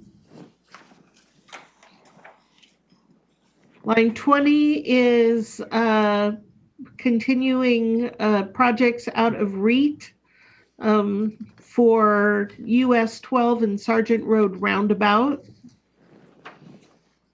21, another REIT project for roads and the trail. I do have a question there on 20. Yep. I thought that was covered. I thought the tribe was covering that. Yes, but this is our portion. Pardon? That's our portion? County's portion. And the fact is the tribe is contributing, the developers are contributing, and this is our portion. So if you see this change in expenditure, it was scheduled for 2021, and now it's moving to 2022 when construction will occur. Okay. Right. Okay. And this looks like they're just adjusting the amount of money out a year. All right, more road projects. 22, a culvert replacement on Gate Road. 23 is road preservation program from REIT 2. And line 24 is Conservation Futures. This request is to align funding from the Conservation Futures for the HCP, so that we'll have capacity to execute the HPC once it's approved. So not a lot of those requests were from the general fund. The vast majority are other offices and departments, mainly departments, requesting funding from the other funds that you administer. Yes, Commissioner. So you're going fast, but what I noticed on the park, just so everybody's on the same page, the park expenditures are being funded, the majority through park impact fees, and then these are the portions that, a smaller portion that's coming from REIT. And then my other question is that here we have a series of proposals, REIT, but I guess my question is, when we talk about when we've talked about the jail and the flex unit, when we've talked about what kind of courthouse alternatives we might be able to fashion out of the available resources, we often talk about the REIT funds as being, I know there's 1 and 2, but we talk about those as being our available sources. So I don't think those things are in the budget, or we didn't put them in the budget, but they've been looming over our discussions for 2 years now. And so I guess I just want to make sure that as we go through these and we allocate money out of REIT, we're sort of also keeping in mind that that's our only capacity to deal with these really huge looming issues for the commission. That is absolutely right. And that's part of a conversation that we need to have. And one of the things you saw in the overview yesterday is we've included an assumption that we'll receive bond funding for capital projects for the courthouse campus. But how are we going to pay for that? It's going to have to be out of REIT 1. So there's not a specific line item for that yet, but we can add that as you make decisions. What you see with the vast majority of these requests is that they're out of REIT 2, and REIT 2 cannot be used for county-owned buildings. Commissioner Menser? Yes. Just to follow up on that, and I think what you were talking about is Plan B at this point. And we had initial conversations early in the year. I'm planning to have on the next week's planning session 2 items for the board to really have almost all day to discuss. One is the additional allocation of CRF funding and how the board would like to move through that process. And the second item that I have, at least and as a draft agenda, my whiteboard will be how the board would like to proceed on a Plan B to address the needs of the courthouse. Considering the pandemic and everything else, I think is a good conversation to have a restart of that conversation based on the new reality.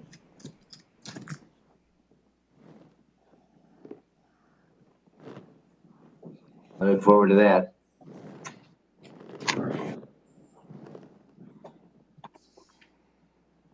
Okay, moving on. The treasurer has no requests. That was easy. Yeah. Woo. Gold star for the treasurer tonight. Yeah. Yep.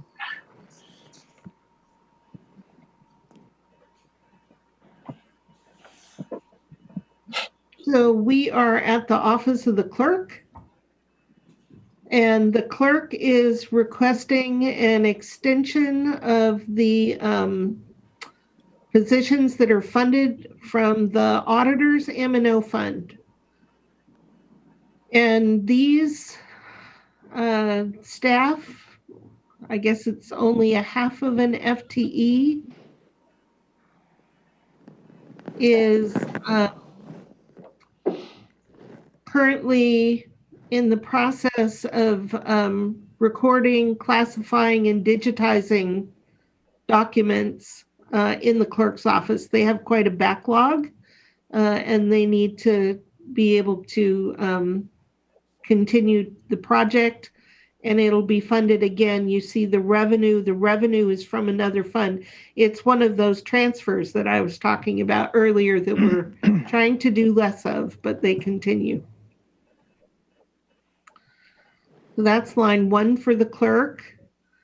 Line 2 is from the Fund for Family Court Services. There is a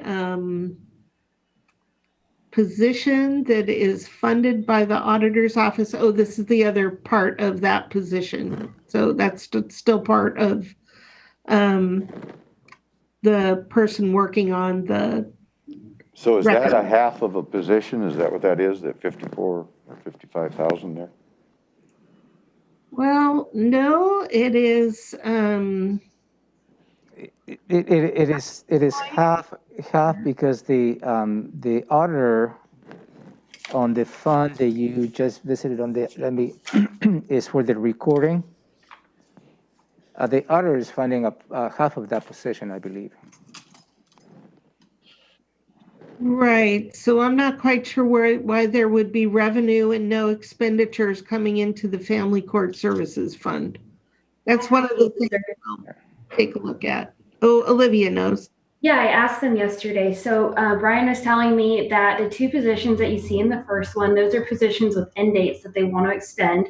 But the second line, the 54,000, that's a position that the clerk's office already pays for, and the auditor just reimburses part of their part of the expenditure. So it's a permanent position, the second line. They already pay for it. It's just the auditor's fund transferring money and giving them the authority. Booking the revenue. Okay. Thank you, Olivia. Of course. That's an easy one to say yes to. Line number 3 is a revenue adjustment where the clerk is recognizing that a number of different lines of collections in her office are just not collecting as much as we anticipated. So These are the numbers that are coming down, and part of this is to make what is booked for revenue more realistic because it's overstated this year. So what does that really mean, I guess? That means that that you have a much more realistic picture of how much is available to spend. So one thing that the clerk collects into the general fund is, I'm just trying to think. I can help you. Oh, excellent. Thank you. Right. So there's Superior Court civil filings, Superior Court record services, filing fees, investigation fund assessments. There's quite a list of revenues that they've adjusted. Right, because they have a backlog right now, and I was talking to them yesterday just due to COVID. So because they're not, doing those cases, they're not bringing in that money. Mm-hmm. They project this to go out quite a ways. The collections are going to go down. Mm-hmm. Yep. They were already dropping below what they had in the budget already. Right. So line 4 is also a revenue adjustment, as is line 5. These are 4 and 5 are for their restricted funds. Just less money coming in. Line 6, the clerk is asking for 3.5 FTEs that would support the additional judicial officer that Superior Court has requested.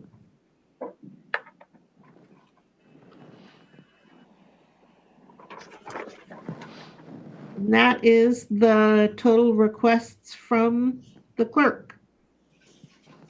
The grand total is for 2021 a revenue reduction in the general fund of $400,000 and increased expenditures of $415,000. Robin, the last sentence in that last item says that to accommodate the 3.5 new employees, they would need more space. Is that something that they put into this, or that's just kind of a note of additional, hey, by the way, you're going to need more space for us? I think that that's more of a by the way. I don't know that any of this funding includes the cost of trying to find them. Obviously, yeah, 322,000 wouldn't cover 3.5 employees in space. Nope.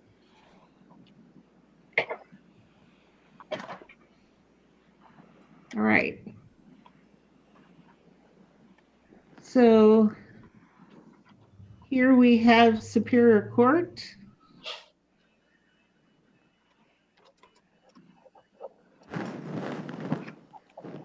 The first 2 requests are from treatment sales tax.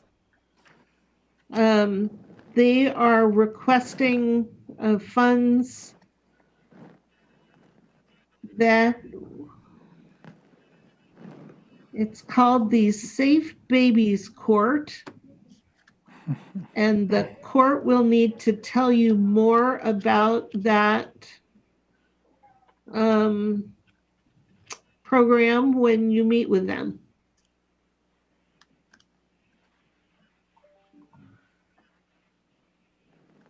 They're also requesting funding for the Heart Strides program.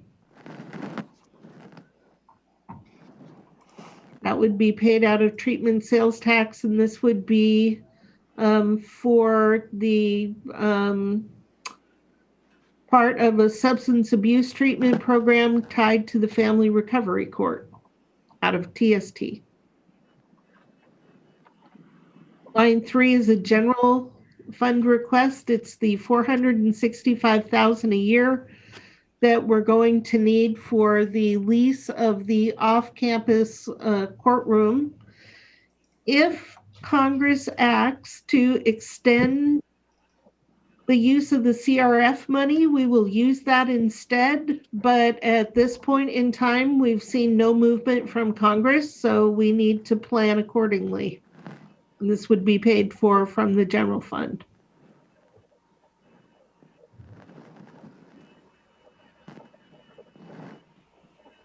Line 4 is also related to the offsite courtroom. It's $250,000 for court security.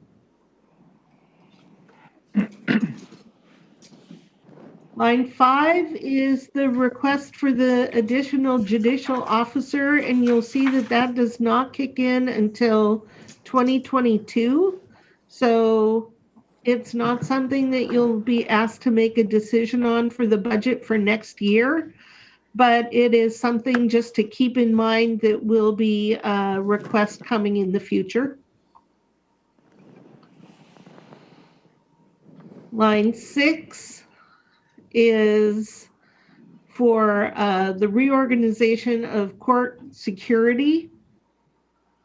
And the court will be able to tell you more about what their plan is there.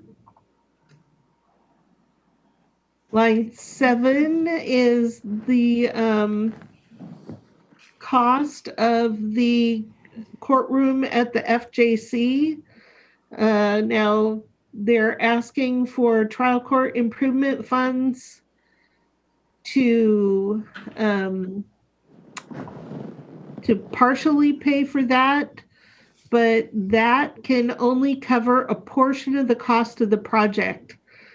So this $276,000 is the remaining cost of that courtroom project. I would mention to you that this project is not in your capital improvement plan. It is not in the CIP. And we had that conversation with Superior Court, but they submitted this request for funding regardless. So that is something that if you should decide to go forward with this, we'll need to adjust the CIP. Questions about Superior Court? Yeah, looking at the total other funds, that 40,000, that's the TST money, is it? Yes. Yeah, it looks like, yeah, okay. The rest is general. One thing in some of the justification on these, if you go back to, I don't know, 3 and 4, I don't know which, 5, any of those that are utilizing justification of this COVID thing, isn't there some way we can make that fit in some kind of an expenditure? And if it's a lease, I don't know, pay the lease early or something. I don't know how all that works. There's probably legalities, but there must be exceptions during an emergency. So we specifically asked that question about prepaying the lease for the offsite courtroom because we very much wanted to do that and take advantage of the CRF money. And that is not allowable. And if you were on one of the calls with WASAC, you might have heard Tony from the Department of Commerce talking about how a cost must have been incurred to be able to be claimed. And what that means is that you have to actually have received the good or service and paid for it to be able to charge it to the CRF money. So we're not able to prepay leases or pretty much anything else because the cost will not have been incurred. I guess this is getting into definitions, but is a cost incurred the day you sign a lease agreement as a commitment? Could that be the cost is incurred from that day on? Nope. Rather than hard construction or days gone by? So that's considered in accounting terms an obligation, but just because the money is obligated does not mean the cost has been incurred or that it's been spent. So, and again, we pursued this. We had Brandon take a very close look at the U.S. Treasury guidance. We've talked to Commerce, and they've made it very clear that they will not allow prepayment. And the following up to that, when we had a discussion this with the board signed a letter to the federal delegation requesting flexibility specifically to this item. And also that letter, as I don't know if you may recall that, urging our senators to work within the Senate to pass a second relief fund and provide flexibility to local jurisdictions. One of which was an example, we highlighted this lease restriction. Yeah. And we weren't the only entity in the state asking for that too. Right. Everybody has been.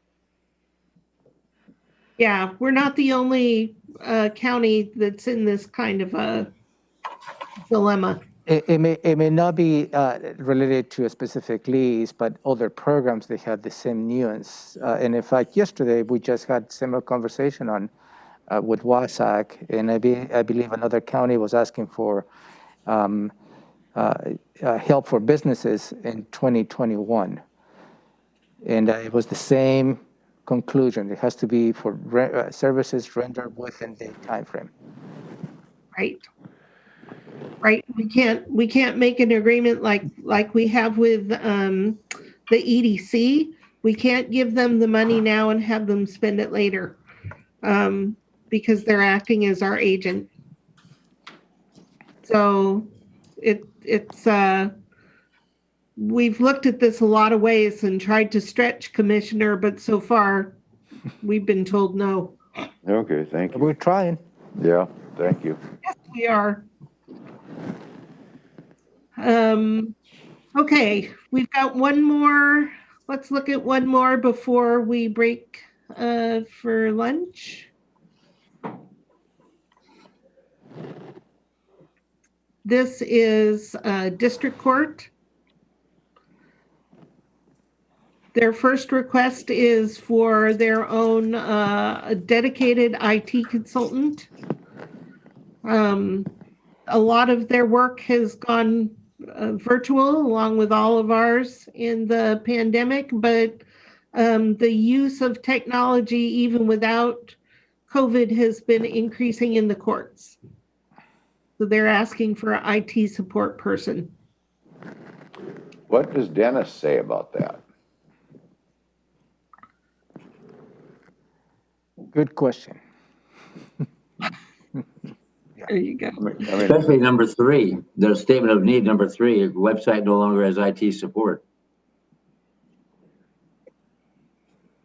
yeah, but something we need to check into. Yeah. Well, this is just statements, okay? Okay. Provided by district court. So it may not necessarily be all inclusive of what is going on.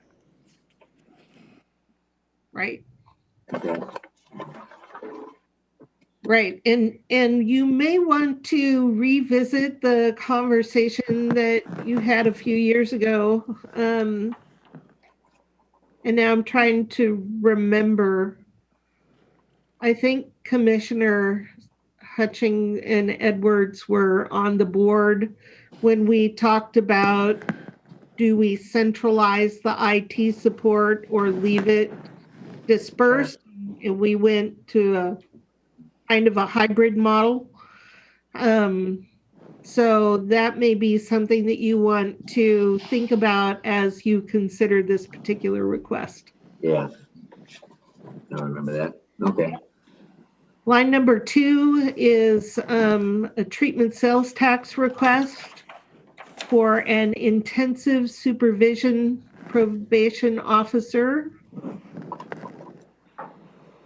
Line number 3. And we have, let me ask, we have not vetted that even to see if it fits within the realm of TST funding, have we? I would say that Carrie Hennon is probably reviewing these, and what we don't have yet is the information from the advisory committee. Uh-huh. At the time that you meet with offices and departments, you may choose to have a separate conversation about TST. And at that time in October, you'll be provided with the recommendations from the advisory committee. Because they're doing that this month, I believe, aren't they? That's correct. Okay. Thank you. I would very much like to have that separate conversation, because over the last year, I mean, it just seems like, oh, TST, and I don't have, it can't be an inexhaustible source of funding, and I need to Right. have a good overview of what priorities are there. I will make sure to schedule its own time. You will be surprised at the inexhaustibility of TST. Great. Even this year, Carrie and I just had a conversation. There is capacity in that fund. So opportunities do exist in some of your funds. Excellent. Line 3, also TST is mental health and veteran court care coordinator. Line 4 from district court back to general fund is a request for $500,000 for substance abuse monitoring.